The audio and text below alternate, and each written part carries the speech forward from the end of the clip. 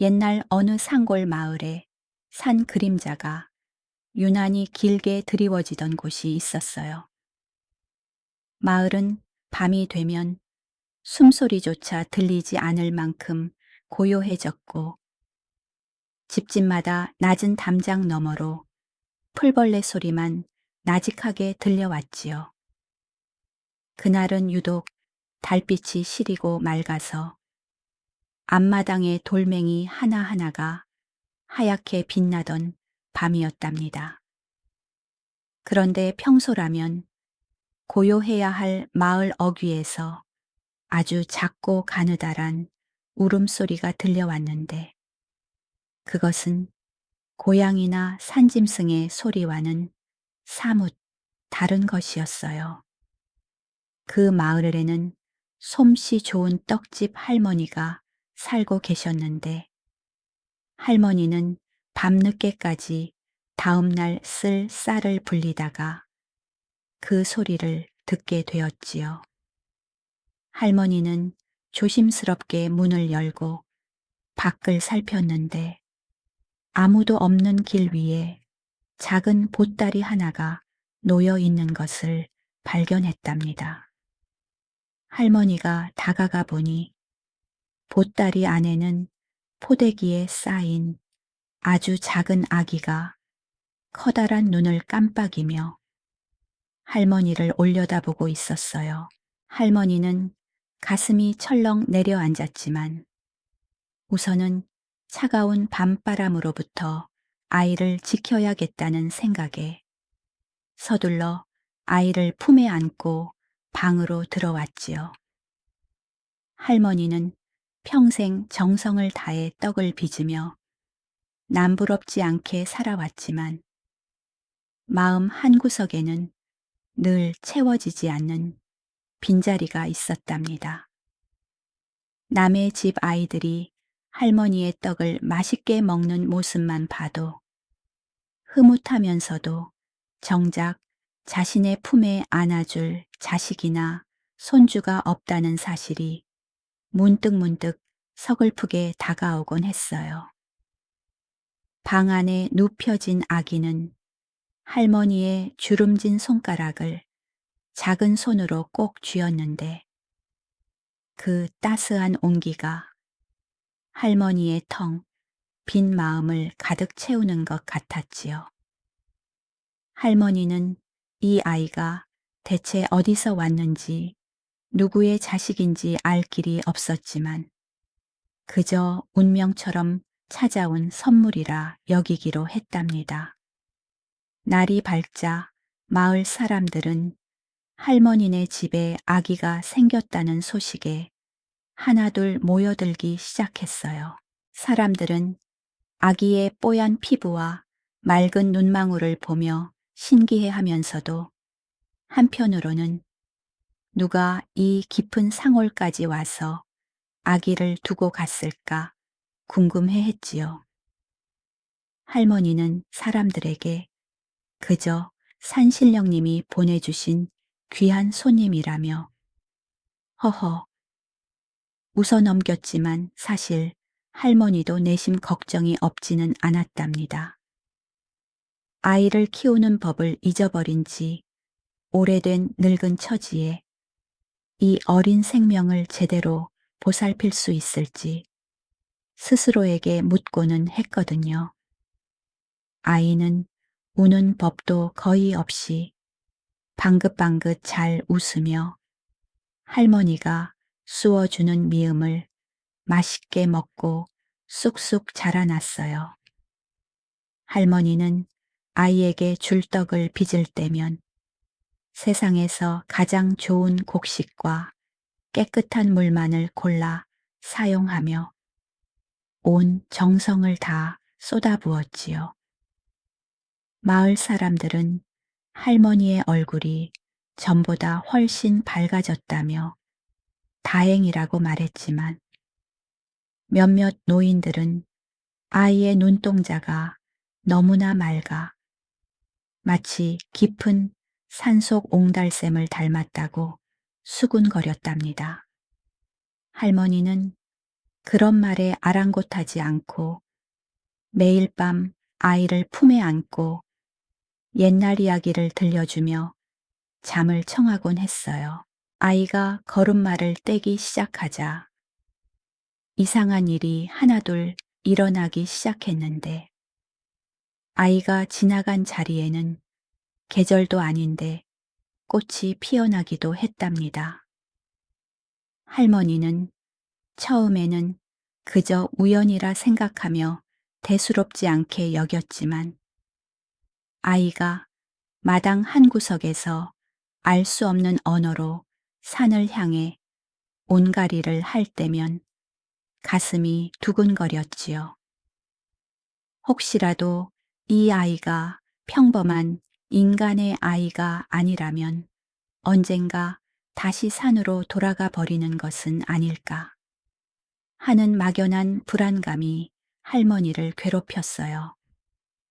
하지만 아이가 할머니 품바지에 얼굴을 묻으며 어리광을 부릴 때면 할머니는 모든 걱정을 잊고 다시금 행복한 미소를 지었답니다. 마을의 떡집에는 매일 아침 구수한 냄새가 진동했고 아이는 할머니 옆에서 떡고물을 주워 먹으며 무럭무럭 자라났어요. 할머니는 이제 아이 없는 삶은 상상할 수도 없게 되었고 마을 사람들도 어느덧 그 아이를 마을의 일원으로 받아들이기 시작했지요. 하지만 할머니의 마음속 깊은 곳에는 여전히 말 못한 비밀처럼 아이의 정체에 대한 의문이 앙금처럼 남아 있었답니다. 밤이면 아이가 잠든 모습을 지켜보며 할머니는 신령님께 이 아이를 제발 평범한 아이처럼 키울 수 있게 해달라고 간절히 빌곤 했어요. 아이의 이름은 할머니가 가장 좋아하는 꽃의 이름을 따서 지어 주었는데 아이는 그 이름을 부를 때마다 세상에서 가장 환한 미소로 대답했답니다. 떡을 치는 떡매 소리가 마을에 울려 퍼질 때마다 아이는 박자를 맞추듯 작은 손뼉을 쳤고 그 모습은 보는 이들의 마음을 훈훈하게 만들었지요. 할머니는 아이가 입을 옷을 직접 바느질하며 아이의 미래가 이 비단처럼 곱고 부드럽기를 바라는 마음으로 한 땀 한 땀 정성을 들였어요. 마을의 풍경은 예전과 다름없어 보였지만 할머니의 집 마당만큼은 사시사철 푸른 기운이 감도는 듯한 기분이 들었답니다. 어느덧 아이는 5살 정도의 소년이 되었고 산을 오르내리는 모습이 마치 바람처럼 가볍고 빨랐어요. 할머니는 아이가 산에 갈 때마다 행여 다치지는 않을까 노심초사했지만 아이는 늘 한 아름의 산열매나 약초를 들고 나타나 할머니를 기쁘게 했지요. 그 산열매들은 마을 사람들이 한 번도 본 적 없는 기이한 빛깔과 향기를 지니고 있어 사람들의 호기심은 날로 커져만 갔답니다. 할머니는 아이가 가져온 열매로 떡을 빚어 나누어 주었지만 아이의 출생에 대한 비밀은 여전히 베일에 쌓여 있었어요. 마을 아이들은 할머니의 손주와 어울려 놀기를 좋아했지만 때때로 아이의 행동이 자신들과는 조금 다르다는 것을 느끼기도 했어요. 아이는 숲속 새들의 지저귀임을 알아듣는 듯 고개를 끄덕이기도 하고 시든 꽃에 손을 대면 꽃이 다시 생기를 되찾는 기적을 보여주기도 했지요. 할머니는 아이에게 그런 재능을 남들 앞에서 너무 드러내지 말라고 타일렀지만 어린아이의 순수한 마음은 늘 감추기보다 나누기를 원했답니다. 마을 사람들의 시선에는 부러움과 경외심, 그리고 아주 작은 두려움이 한데 섞여 조금씩 번져가고 있었어요. 달이 차오르고 기우는 법을 반복하며 시간은 흘러갔고 할머니와 아이의 유대감은 더욱더 단단해졌답니다.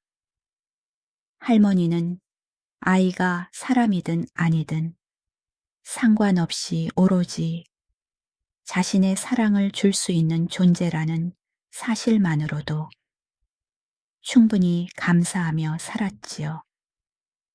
하지만 마을의 평화로운 공기 속에는 왠지 모를 긴장감이 감돌기 시작했는데 그것은 산 너머에서 불어오는 서늘한 바람과도 같았어요.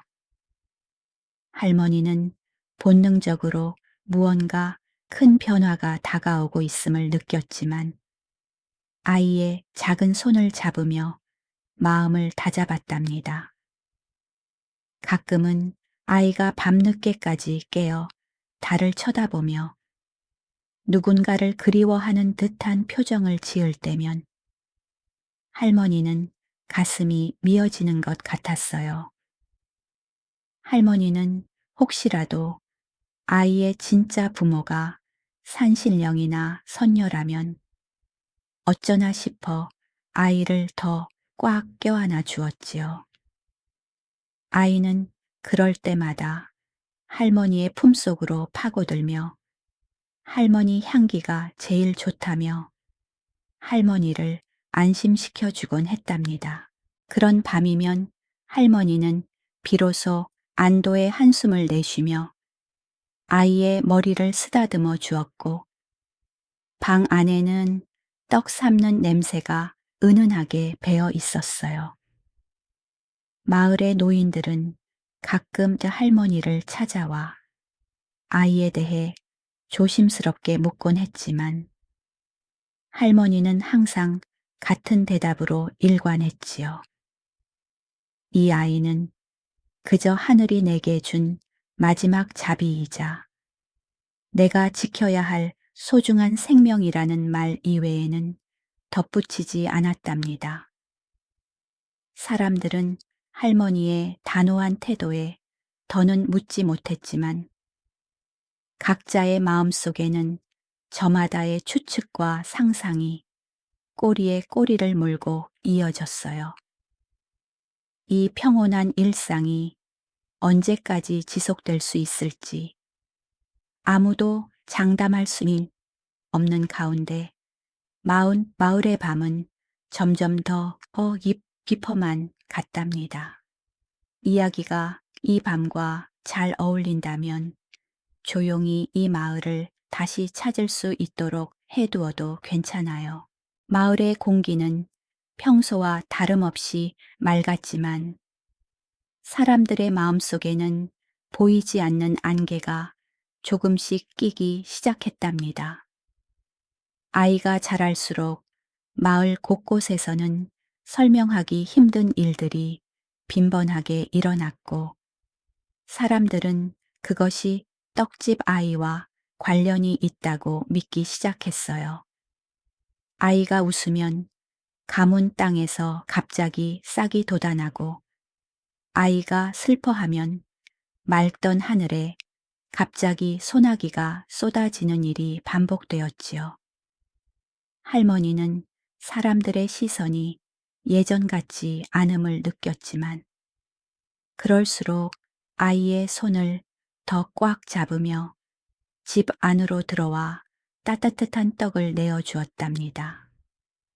그러던 어느 날 마을에 아주 기묘한 소문이 돌기 시작했는데 그것은 아이가 밤마다 산으로 올라가 거대한 호랑이와 대화를 나눈다는 이야기였어요.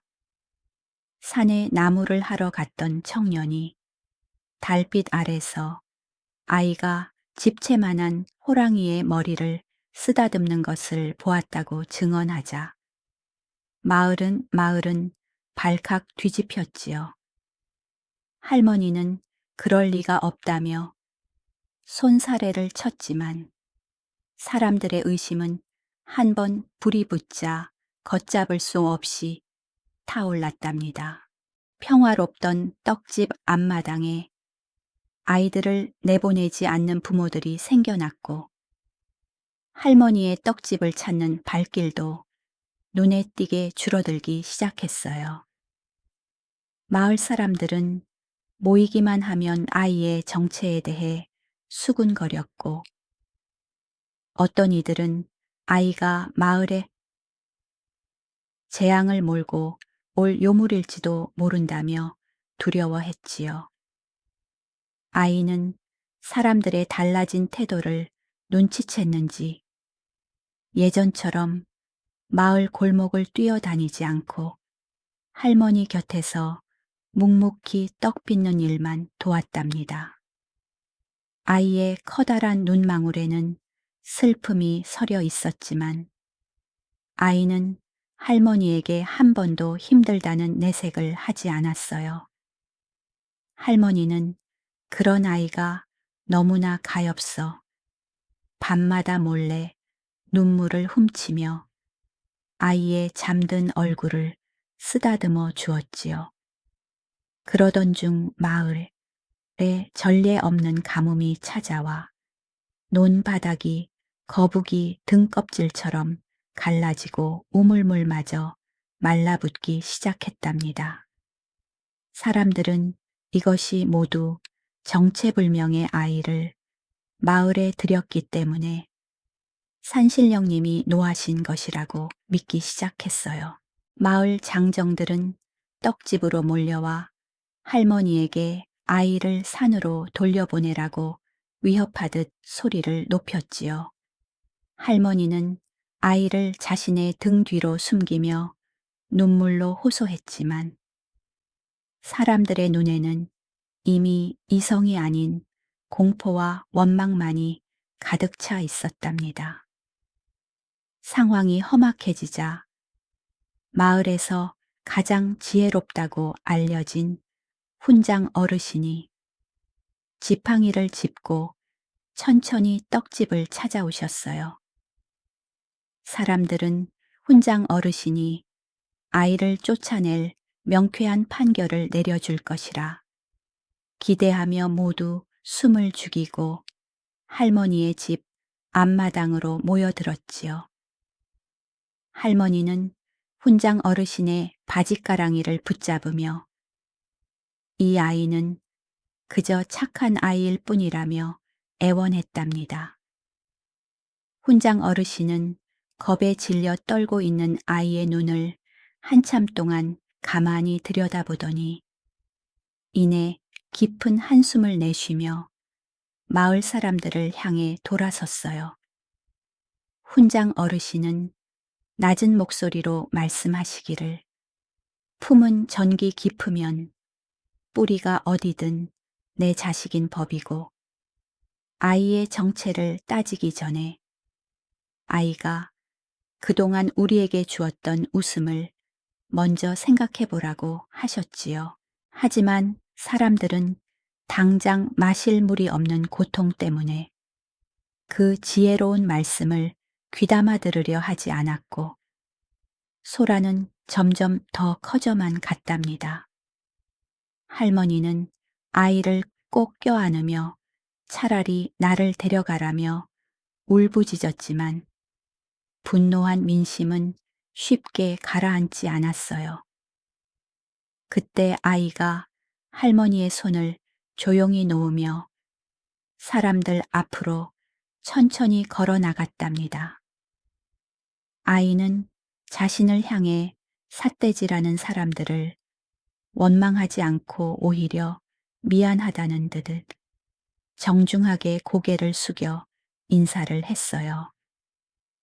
그리고는 마을 한복판에 있는 가장 오래된 느티나무 아래로 걸어가 자리를 잡고 앉아 가만히 눈을 감았지요. 사람들은 아이가 무엇을 하려는지 몰라 어리둥절한 표정으로 그 광경을 지켜보았고, 할머니는 불길한 예감에 아이의 이름을 부르며 달려가려 했답니다. 하지만 훈장 어르신이 할머니의 앞을 막아서며 지금은 그저 지켜보아야 할 때라고 나직이 말씀하셨어요. 아이가 입술을 달싹이며 무언가 노래를 부르기 시작하자 메말랐던 대지 위로 서늘한 바람이 한 줄기 불어오기 시작했답니다. 아이의 목소리는 작았지만 마을 구석구석까지 울려 퍼질 정도로 맑았고 그 소리는 마치 산의 정령들이 속삭이는 것과 같았지요. 사람들은 자신들도 모르게 무기를 내려놓고 아이의 노래에 귀를 기울이게 되었고 거칠었던 숨소리도 조금씩 잦아들었답니다. 할머니는 아이의 몸 주위로 은은한 금빛 안개가 피어오르는 것을 보며 가슴이 미어지는 것 같은 통증을 느꼈어요. 노래가 절정에 달하자 아이의 발등 위로 땀방울 같은 액체가 뚝뚝 떨어지기 시작했는데 그것은 아이의 눈물이 아니라 땅속에서 솟구쳐 오르는 물줄기였답니다. 메말라 있던 느티나무 뿌리에서 맑은 물이 솟아오르기 시작하더니 순식간에 마을 도랑을 따라 시원하게 흘러내렸지요. 사람들은 경악하며 물러세웠고 어떤 이들은 이것이 기적이라며 그 자리에 넙죽 엎드려 절을 하기 시작했어요. 하지만 할머니의 눈에는 물줄기보다 점점 수척해져 가는 아이의 얼굴만이 보였을 뿐이랍니다. 아이는 한참 동안 노래를 멈추지 않았고 마을의 우물마다 물이 가득 차올라 넘칠 정도가 되어서야 비로소 눈을 떴어요. 마을 사람들은 환호성을 지르며 물을 마시러 달려갔지만 할머니는 아이에게 달려가 아이를 가슴에 꼭 품었답니다. 아이의 처는 평소보다 훨씬 뜨거웠고 아이의 등 뒤에는 옷 너머로 희미하게 빛나는 무언가가 비치고 있었지요. 할머니는 그것이 무엇인지 직감적으로 알 수 있었지만 차마 입 밖으로 내뱉지 못하고 아이의 땀을 닦아주기만 했어요. 가뭄이 해결되자 마을 사람들은 아이를 대하는 태도가 180도 달라졌지만 할머니는 그런 사람들의 변덕이 오히려 서글펐답니다. 아이는 기운을 너무 많이 썼는지 며칠 동안 깊은 잠에 빠져들었고 할머니는 아이의 곁을 한시도 떠나지 않고 지켰지요. 마을 사람들은 아이를 위해 귀한 음식을 가져다 주었지만 할머니는 그 모든 것이 아이에게 독이 될까 두려워 정중히 거절했답니다. 할머니에게는 아이가 마을의 구원자가 아니라 그저 떡을 좋아하던 자신의 어린 손주였기 때문이에요. 며칠 후 아이가 깨어났을 때 아이의 눈빛은 예전보다 더욱 깊고 그윽해져 있었고 마을 사람들을 보는 시선에는 연민이 서려 있었답니다. 사람들은 아이에게 감사의 인사를 전하며 자신들의 무례함을 사과했지만 아이는 그저 조용히 미소 지을 뿐이었지요. 하지만 할머니는 보았어요. 아이의 손목 부분에 돋아나기 시작한 아주 작은 은빛 비늘 하나를 말이에요. 그것은 아이가 더 이상 인간의 세상에 온전히 머물 수 없다는 것을 알리는 조용한 신호와도 같았답니다. 마을은 다시 평화를 되찾았지만 떡집 할머니의 마음속에는 시한 폭탄 같은 불안감이 자리를 잡았어요. 아이가 보여준 기적은 마을을 살렸지만 동시에 아이의 정체가 인간이 아니라는 사실을 너무나 명확하게 증명해 버렸으니까요. 할머니는 매일 밤 아이의 잠자리를 살피며 비늘이 더 늘어나지는 않았는지 확인했고, 그럴 때마다 심장이 타들어가는 듯한 고통을 느꼈답니다. 달빛은 여전히 할머니의 방을 비추고 있었지만 그 빛은 이제 축복이라기보다 이별의 예고처럼 느껴졌지요. 마을에 다시 물이 흐르고 곡식들이 고개를 들기 시작했지만 할머니의 마음속에는 설명할 수 없는 슬픔이 차올랐답니다. 아이가 잠결에 뒤척일 때마다 옷깃 사이로 언뜻언뜻 비치는 은은한 빛은 할머니의 가슴을 시리게 만들었지요.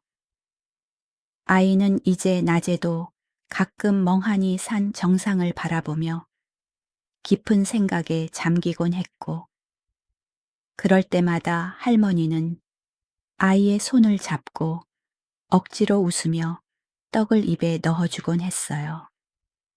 사람들은 아이를 마을의 복덩이라 부르며 칭송했지만 할머니는 그 칭찬이 아이를 멀리 데려가 버릴까봐 두려워 숨이 막히는 것 같았답니다. 어느 비가 촉촉이 내리던 오후였는데 아이가 마당에 서서 비를 맞고 있는 모습이 평소와는 너무나 달랐어요. 아이의 몸 주변으로 비안개가 마치 용의 숨결처럼 감돌고 있었고, 빗방울들이 아이의 몸에 닿기도 전에 보석처럼 공중에 멈춰 서 있는 것이 보였지요. 할머니는 들고 있던 바구니를 떨어뜨린 채 아이를 불렀지만 아이는 한참 동안 대답 없이 빗줄기 넘어 먼 곳만을 응시했답니다.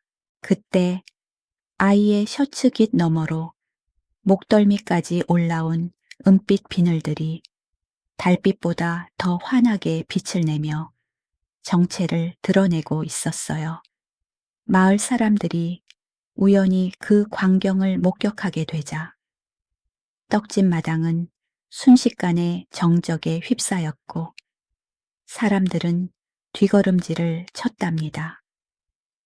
아이가 사람이 아니라 산속 깊은 연못에 살던 어린 용의 화신이거나 산신의 자식일지도 모른다는 이야기가 눈 깜짝할 사이에 온 마을로 퍼져나갔지요.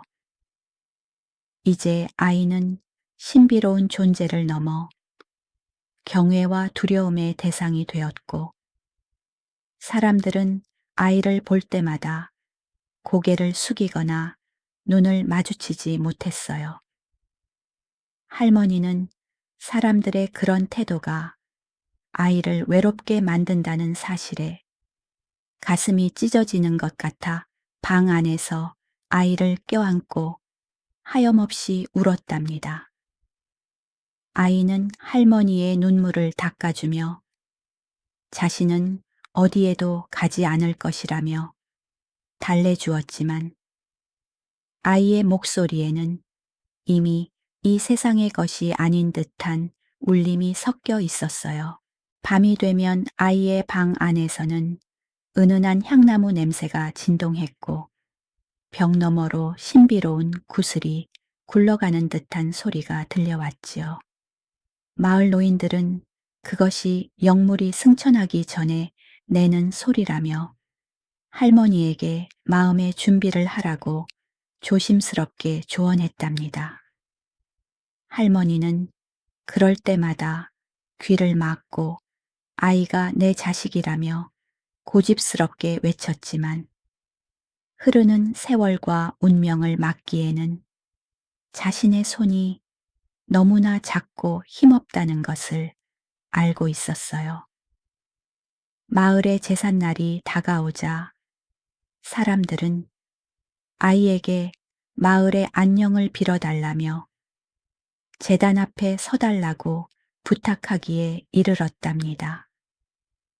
할머니는 아이가 평범한 아이로 살기를 바랐기에 단호하게 거절하려 했지만 아이는 할머니의 옷자락을 잡으며 괜찮다고 말했지요. 제단 앞에 선 아이의 발치에서 이름 모를 들꽃들이 순식간에 피어나 제단을 가득 채웠고 사람들은 그 경이로운 광경에 압도되어 숨을 죽였답니다.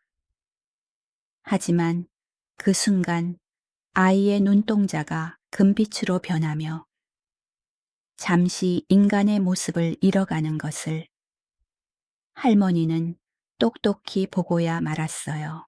사람들은 기적을 보았다며 기뻐했지만 할머니는 아이가 점점 인간의 감정을 잃어가는 것 같아 두려움에 몸을 떨었답니다. 아이는 예전처럼 떡을 맛있게 먹지도 않았고 할머니의 품속에서도 온기를 느끼기보다는 차가운 물결 같은 기운을 내뿜기 시작했지요. 할머니는 어떻게든 아이를 붙잡고 싶어 아이가 제일 좋아하던 무지개떡을 정성껏 쪄서 내놓았지만 아이는 그저 슬픈 눈으로 떡을 바라보기만 했어요. 할머니는 아이가 이 세상의 음식을 거부하기 시작했다는 사실이 이별의 시작임을 직감하고 방구석에서 숨죽여 흐느꼈답니다. 그러던 어느 날 밤 마을 뒷산에서 천둥소리 같은 포효가 들려왔고 온 마을의 대지가 기분 좋게 진동하기 시작했어요. 그것은 무서운 재앙의 징조가 아니라 무언가 위대한 존재를 맞이하는 땅의 울림이었고 아이는 그 소리를 듣자마자 자리에서 일어났답니다. 할머니는 아이의 허리를 꼭 껴안으며 제발 가지 말라고 울며 매달렸지만 아이의 몸은 이미 반투명한 은빛으로 변해 할머니의 손을 빠져나가고 있었지요. 아이의 등 뒤에는 이제 비늘이 가득 돋아나 있었고 그 모습은 세상에서 가장 아름다우면서도 서글픈 광경이었답니다. 아이는 할머니에게 마지막으로 절을 올리며 할머니의 손을 정성스럽게 어루만졌는데 그 손길만은 예전처럼 따뜻하고 다정했어요.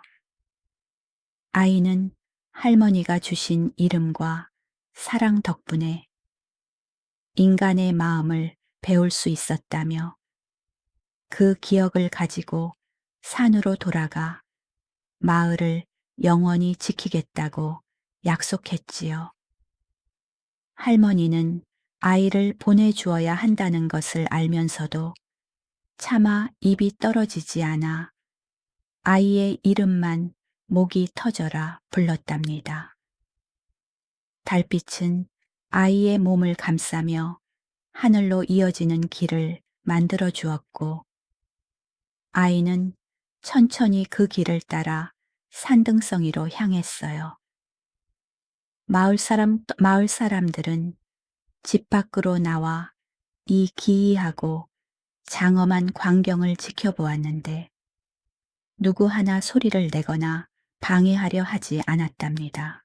아이가 지나가는 길목마다 은빛 가루가 떨어져 내려 마을에 병든 나무들이 살아나고 마른 가을에 맑은 물이 차오르는 기적이 다시 한번 일어났지요. 사람들은 비로소 자신들이 그동안 품었던 의심과 두려움이 얼마나 부질없는 것이었는지를 깨닫고 고개를 숙여 감사를 표했답니다. 할머니는 멀어져 가는 아이의 뒷모습을 보며 이것이 끝이 아니라 새로운 수호의 시작임을 마음속 깊이 새기기 시작했어요. 아이가 산 정상에 다다랐을 때 거대한 구름이 내려와 아이를 감쌌고 그 속에서 은빛 용의 형상이 잠깐 비치더니 이내 밤하늘 속으로 녹아들었답니다. 마을에는 그날 이후로 한 번도 가뭄이나 홍수가 들지 않았고 사계절 내내 평화롭고 풍요로운 기운이 감돌게 되었지요. 할머니는 혼자 남은 떡집에서 여전히 아이를 위한 떡을 빚었지만 이제는 슬픔보다는 그리움과 자부심으로 가득 차 있었답니다. 사람들은 할머니를 정성껏 보살폈고 마을 아이들은 할머니의 이야기를 들으며 잠드는 것을 가장 좋아하게 되었어요. 지금 떠오른 장면이 있다면 마음속에만 두지 말고 살짝 남겨도 괜찮을 거예요. 아이가 산으로 돌아간 뒤 마을은 전에 없던 평화에 젖어들었지만 떡집 할머니의 마당은 한동안 적막하기만 했답니다. 사람들은 아이가 떠난 자리에 신령한 기운이 남았다고 믿으며 할머니의 집 근처를 지날 때마다 경건하게 머리를 숙였지요. 할머니는 매일 아침 아이가 즐겨 먹던 콩고물을 듬뿍 묻힌 떡을 쪄서 마당 한 구석 평상 위에 정성스레 올려두었답니다. 바람이 불어와 떡 냄새를 산으로 실어 날을 떼면 할머니는 아이가 어디선가 이 냄새를 맡고 미소 짓고 있을 것만 같아 가만히 산등성이를 바라보곤 했어요. 그러던 어느 날 마을에 낯선 행색의 선비 한 명이 찾아와 떡집 아이에 대한 소문을 묻기 시작했답니다. 그는 먼 나라에서 신비한 영물을 찾아다니는 기록자라고 자신을 소개하며 아이가 남긴 흔적을 조사하고 싶어 했지요. 마을 사람들은 아이를 지키려는 마음과 신비로운 이야기에 대한 호기심 사이에서 갈등하며 할머니의 눈치를 살폈답니다. 할머니는 그 선비를 집으로 들여 따뜻한 차 한 잔을 대접하며 아이는 그저 내 자식이었을 뿐이니 더 이상 캐묻지 말아 달라고 간곡히 부탁했어요. 선비는 할머니의 단호한 태도에 당황하면서도 할머니의 눈 속에 담긴 깊은 사랑을 보고는 더 이상 무례하게 굴지 못했답니다. 대신 그는 마을 어귀에 머물며 아이가 마을을 위해 행했던 기적들을 기록하기 시작했는데 그 과정에서 마을 사람들도 잊고 있었던 기억들이 하나둘 되살아났지요. 아이가 다친 새를 치료해 주던 일, 길 잃은 노인을 집까지 안전하게 인도하던 일들이 사람들의 입을 통해 다시금 생생하게 공유되었답니다. 사람들은 그제야 아이가 자신들에게 주었던 것이 단순히 가뭄을 해결해 준 물줄기만이 아니었음을 깨달았어요. 마을 사람들은 하나둘씩 떡집 할머니를 찾아와 예전에 아이에게 모질게 굴었던 일들을 사과하며 할머니의 일손을 돕기 시작했답니다. 누구는 땔감을 가져다 주고 누구는 밭에서 딴 신선한 채소를 할머니의 문 앞에 몰래 두고 가기도 했지요. 할머니는 사람들의 그런 마음이 고마우면서도 아이가 이 따뜻한 광경을 함께 보지 못하는 것이 못내 아쉬워 떡매를 내리칠 때마다 아이의 이름을 속으로 되뇌었답니다.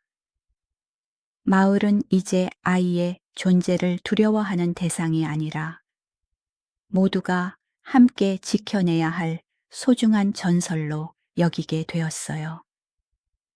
어느 보름밤, 마을 광장에서는 아이를 기리는 작은 잔치가 열렸는데 사람들은 각자 정성껏 준비한 음식을 들고 모여들었답니다. 할머니는 그날을 위해 가장 고운 빛깔의 오색떡을 빚어 사람들에게 나누어 주며 아이가 좋아하던 노래를 나직이 읊조렸지요. 사람들은 할머니의 노래에 맞춰 춤을 추거나 눈시울을 붉히며 저마다의 가슴 속에 담아둔 아이와의 추억을 꺼내 놓았답니다.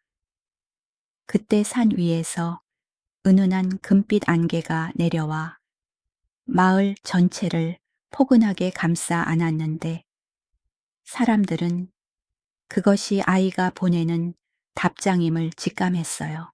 그 안개 속에서는 신기하게도 떡 삶는 고소한 냄새가 났고 사람들은 그 기운만으로도 몸의 피로가 씻은 듯이 사라지는 경험을 했답니다. 아이는 떠났지만 아이가 남긴 사랑은 마을 사람들의 마음속에 뿌리를 내려 서로를 아끼고 보살피는 마음으로 자라나고 있었던 것이지요. 선비는 그 광경을 보며 진정한 기적은 신비한 능력, 그 자체가 아니라 그 존재가 남긴 사랑이 사람들을 변화시키는 것임을 깨달았답니다. 그는 자신의 기록장 마지막 페이지에 아이의 정체 대신 할머니와 아이의 아름다운 인연을 가장 크게 적어 넣었지요. 잔치가 끝나고 사람들이 집으로 돌아간 뒤 할머니는 혼자 마당에 앉아 달을 보며 아이와 대화를 나누었답니다. 할머니는 이제 아이가 외롭지 않다는 것을 알았고 산짐승들과 바람, 그리고 구름이 아이의 새로운 가족이 되어주고 있음을 느꼈어요. 아이가 가끔 산울림으로 대답하는 듯한 기분이 들 때면 할머니는 비로소 무거운 짐을 내려놓은 듯 편안한 숨을 내쉬었지요. 할머니의 머리칼은 어느덧 눈처럼 하얗게 변했지만 아이를 생각하는 마음만큼은 처음 아기를 품에 안았던 그 밤처럼 뜨거웠답니다. 마을에는 그 후로도 아이를 보았다는 목격담이 가끔 들려왔는데 비가 오기 전날 산등성이에 은빛 줄기가 보였다거나 숲속에서 맑은 웃음소리가 들렸다는 이야기였어요. 하지만 사람들은 이제 예전처럼 겁을 먹거나 떠들썩하게 소란을 피우지 않고 그저 우리 마을의 수호신이 잘 계시는구나 하며 안심할 뿐이었지요. 할머니는 아이가 남긴 선물을 마을 사람들과 나누며 남은 생을 온전히 봉사하며 살기로 마음먹었답니다. 떡집 할머니의 손맛은 더욱 깊어져 마을 넘어 이웃 마을까지 그 명성이 자자해졌지만 할머니는 늘 겸손하게 미소 지을 뿐이었어요. 세월이 흘러도 변하지 않는 것은 할머니의 떡집 문턱이 닳도록 드나드는 마을 아이들의 웃음소리였답니다. 할머니는 아이들에게 떡을 나누어 주며 산속에 사는 은빛 비늘을 가진 소년의 이야기를 옛날 이야기처럼 들려주었지요. 아이들은 눈을 초롱초롱하게 빛내며 자신들도 나중에 산에 가면 그 소년을 만날 수 있을지 묻곤 했답니다. 할머니는 웃으며 착한 마음을 가진 사람에게는 반드시 나타날 것이라고 다독여 주었고, 마을의 밤은 그렇게 따스한 이야기꽃으로 채워져 갔어요. 선비가 마을을 떠나는 날, 그는 할머니에게 감사의 인사를 전하며 자신이 쓴 책을 한 권 선물했답니다. 그 책에는 아이에 대한 경외심보다는 할머니의 헌신적인 사랑이 마을을 어떻게 구했는지에 대한 찬사가 가득 담겨 있었지요. 할머니는 글을 읽을 줄 몰랐지만 책장에 묻어나는 선비의 진심 어린 향기만으로도 그 내용을 짐작할 수 있었답니다. 할머니는 그 책을 아이의 옷가지가 담긴 상자 깊숙한 곳에 소중히 보관하며 아이가 언제든 돌아오면 보여주겠노라 다짐했지요. 이제 마을은 전설의 고향처럼 신비로우면서도 가장 인간적인 냄새가 나는 곳으로 자리 잡았답니다. 계절이 바뀔 때마다 산의 색깔이 변하듯 마을 사람들의 마음도 깊어가는 배려와 사랑으로 물들어 갔어요. 할머니는 가끔 기운이 부칠 때면 아이가 쥐어주던 따뜻한 손길을 떠올리며 다시금 힘을 내어 떡매를 잡았지요. 마을의 밤은 여전히 깊고 고요했지만 이제 그 어둠 속에는 두려움 대신 서로를 향한 믿음의 등불이 하나둘 켜지고 있었답니다. 할머니는 잠자리에 들기 전 항상 창문을 조금 열어두었는데 그것은 밤바람을 타고 아이의 숨결이 방 안으로 들어오길 바라는 마음이었어요. 가끔은 꿈결에 아이가 방 안으로 들어와 할머니의 이불을 덮어주는 듯한 포근함을 느끼며 잠에서 깨기도 했지요. 그런 날이면 할머니는 온종일 마음이 구름 위를 걷는 듯 가벼워졌고 떡 반죽은 평소보다 훨씬 부드럽게 잘 되었답니다. 할머니와 아이의 인연은 그렇게 보이지 않는 끈으로 이어져 시공간을 초월한 평온함을 만들어내고 있었어요. 마을 입구에 서 있는 커다란 느티나무는 이제 아이의 상징이 되어 마을의 온갖 풍파를 막아주는 든든한 버팀목이 되었답니다. 사람들은 힘든 일이 있을 때마다 나무 아래 앉아 아이에게 고민을 털어놓았고 신기하게도 바람 소리를 통해 해답을 얻곤 했지요.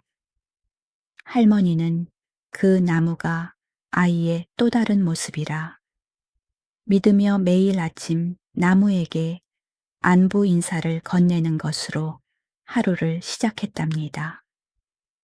평화는 그렇게 아주 작은 믿음과 변치 않는 사랑으로부터 시작되어 온 마을을 덮고 있었어요. 마을의 세월은 강물처럼 유유히 흘러 어느덧 떡집 할머니의 얼굴에는 깊은 상올의 골짜기 같은 주름이 더해졌답니다. 하지만 할머니의 눈빛만은 처음 아기를 만났던 그날처럼 여전히 맑고 고요했으며 떡을 빚는 손길 역시 한결같은 정성이 묻어났지요. 이제 마을 사람들은 누구 하나 아이의 정체를 의심하거나 두려워하지 않았고 오히려 산에서 불어오는 서늘한 바람을 느낄 때면 우리 마을의 수호신이 우리를 살피고 있다며 안심하곤 했어요. 떡집은 여전히 마을의 중심이었고 사람들은 기쁜 일이든 슬픈 일이든 할머니의 떡을 나누며 서로의 마음을 보듬었답니다. 어느 추운 겨울밤 할머니는 평소보다 일찍 떡을 쪄두고는 마당으로 나와 산등성이를 바라보았지요. 온 세상이 하얀 눈으로 덮여 사방이 숨소리조차 들리지 않을 만큼 정적에 잠겼는데 그 풍경이 마치 아이가 처음 온 날처럼 신비로웠답니다. 할머니는 이제 자신이 갈 때가 머지않았음을 직감했지만 두려움보다는 그리운 이를 곧 만날 수 있다는 설렘에 마음이 평온해졌어요. 할머니는 마지막 남은 기운을 모아 아이가 제일 좋아했던 깨찰떡을 정성스럽게 빚어 평상 위에 올려두고 방 안으로 들어와 자리에 누웠답니다. 방 안에는 은은한 향나무 냄새와 고소한 떡 냄새가 섞여 할머니를 포근하게 감싸 안았지요. 할머니가 천천히 눈을 감으려는 찰나 닫혀 있던 문이 소리 없이 열리더니 눈부시게 하얀 옷을 입은 한 소년이 방 안으로 들어왔답니다. 소년의 몸에서는 은은한 금빛 비늘의 기운이 감돌았고 그 눈동자는 예전처럼 깊고 맑은 옹달샘을 닮아 있었지요. 할머니는 꿈인지 생시인지 알 수 없었지만 직감적으로 그가 자신이 그토록 그리워하던 그 아이임을 알아보고 힘겹게 손을 뻗었답니다. 아이는 말없이 할머니의 주름진 손을 꼭 잡았는데 그 온기가 어찌나 따스한지 할머니의 낡은 육신에 남아있던 모든 고통과 고단함이 한순간에 녹아내리는 것 같았어요. 아이는 할머니의 귓가에 이제는 고생하지 마시고 저와 함께 아름다운 산의 정원으로 가자며 아주 낮은 목소리로 속삭였답니다. 할머니는 아이의 얼굴을 쓰다듬으며 고맙다며 그리고 사랑한다며 평생 가슴속에 묻어두었던 말을 전했지요. 방 안의 촛불이 조용히 흔들리더니 이내 온 방 안이 눈부신 빛으로 가득 찼고 두 사람의 형상은 서서히 빛 속으로 스며들었답니다. 다음 날 아침 마을 사람들이 떡집을 찾았을 때 할머니는 마치 깊은 잠에 든 것처럼 평온한 모습으로 누워 계셨어요. 평상 위에 두었던 떡은 온데간데 없고 그 자리에는 계절에 맞지 않는 산사과 하나와 눈처럼 하얀 용의 비늘 한 장이 놓여 있었지요. 마을 사람들은 슬퍼하기보다 할머니가 드디어 사랑하는 아이와 재회했음을 깨닫고 조용히 고개를 숙여 축복을 빌어주었답니다.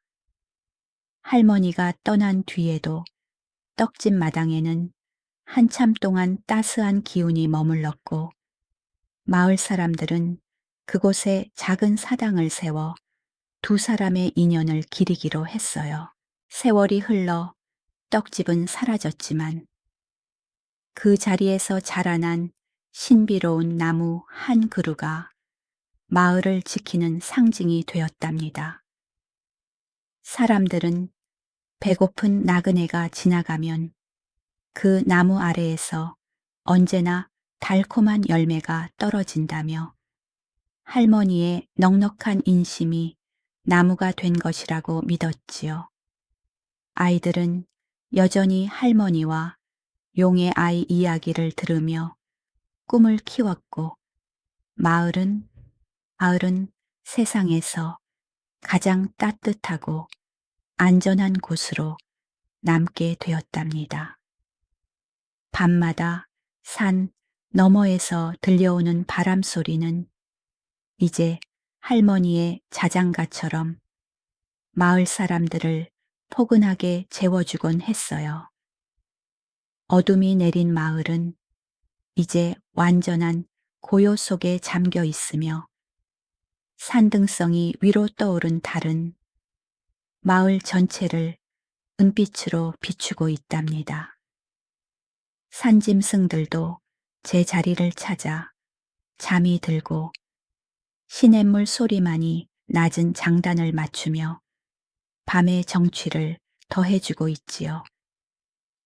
이 이야기는 이제 전설이 되어 누군가의 꿈속에서 계속될 것이며 할머니와 아이의 사랑은 영원히 식지 않는 따뜻한 떡처럼 사람들의 가슴 속에 남아 있을 거예요. 구름골 마을의 밤은 그렇게 평화롭고 아름답게 깊어만 갑니다. 이 밤의 이야기가 편안했다면 좋아요 하나만 남기고 쉬어도 괜찮아요. 눈을 감으면 이제 당신도 그 은빛 안개가 가득한 평화로운 구름골 마을의 오솔길을 걷게 될 거예요. 할머니의 따뜻한 손길과 아이의 맑은 웃음소리가 당신의 꿈결을 지켜줄 테니 아무 걱정 말고 깊은 잠에 빠져드세요. 밤바람이 창가를 스치며 들려주는 이야기가 당신의 지친 하루를 어루만져 줄 것입니다. 이제 편안히 쉬세요. 고요한 마을의 밤은 당신을 위해 준비되어 있으니까요.